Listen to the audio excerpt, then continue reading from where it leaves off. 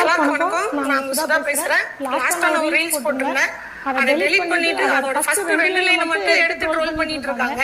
ஏன் அதோட முழு வீடியோ போடலன்னு எனக்கு தெரியல. இப்ப நான் மறுபடியும் ரீபோஸ்ட் பண்ணிருக்கேன்.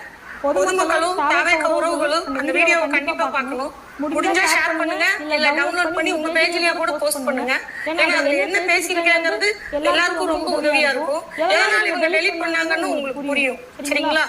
10 வயசு சிறுமிக்கு நியாயம் கேட்கறவங்க எவ்வளவு வன்பத்தி வக்கரவத்தி வச்சுட்டு கேக்குறாங்கிறத நீங்க கமெண்ட் செக்ஷன்ல வந்து பாருங்க.